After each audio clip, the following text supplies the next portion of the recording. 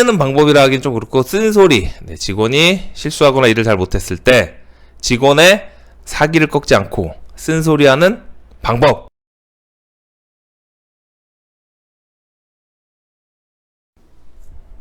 짠! 여러분 안녕하세요. 사업하는 형입니다. 오늘 2019년 6월 17일 월요일 아침 7시 반입니다.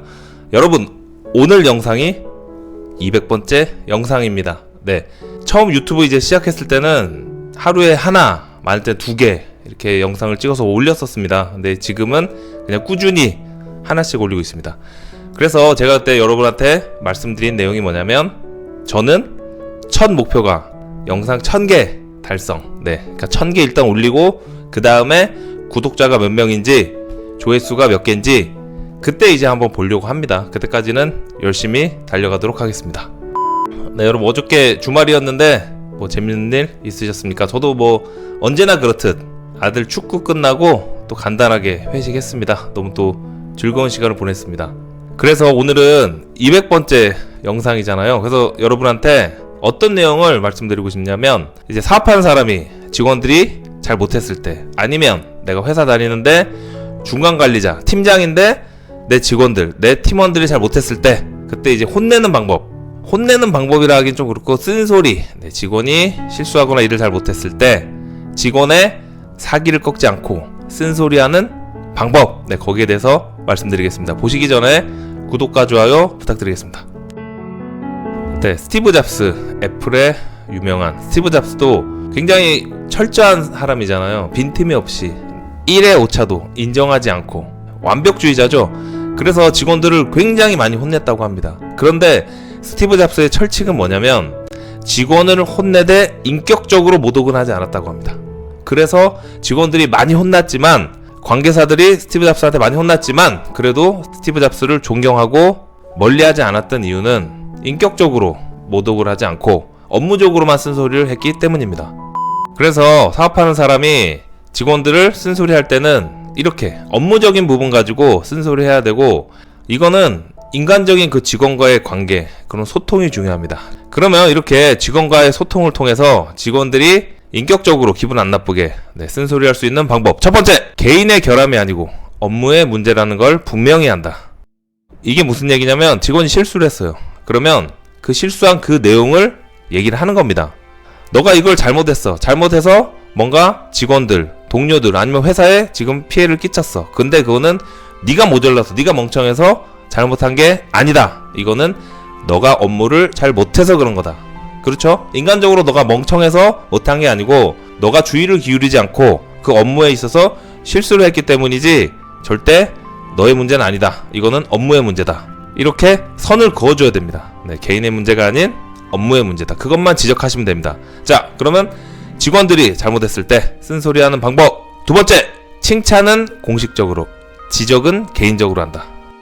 이것도 무슨 얘기냐면, 직원이 뭘 잘했어요. 그러면 우리 둘이만 야 잘했어 야, 한잔하자 이런 게 아니고, 이왕이면 그런 자리를 마련해주세요. 직원들 앞에서 이 직원이 김대리가 요번에 어떤 일을 아주 훌륭하게 해냈다.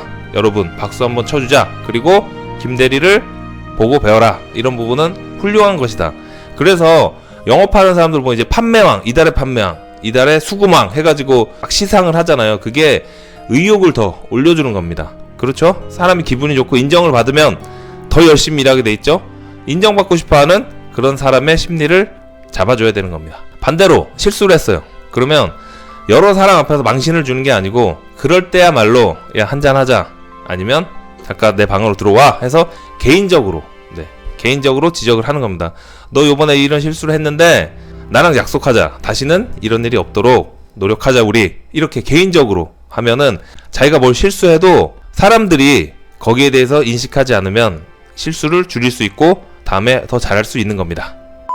세 번째, 비슷한 문제로 지적받았던 그런 경험을 공유한다. 그렇죠? 사업하는 사장이나 아니면 팀장은 그 일을 먼저 해왔던 사람입니다. 그러면 그 직원보다, 아랫사람보다 먼저 수많은 시행착오를 겪어왔거든요.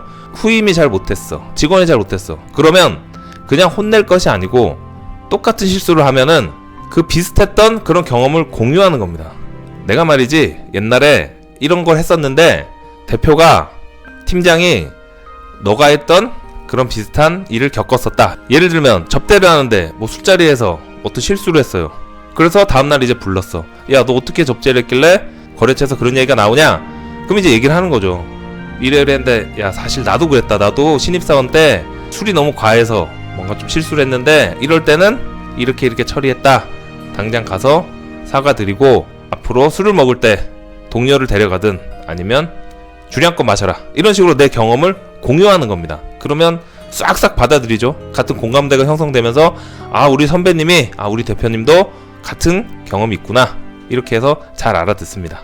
잘 아시겠죠? 자, 직원이 잘못했을 때 쓴소리하는 방법 네 번째, 먼저 지적을 하기 전에 지적을 요청한다.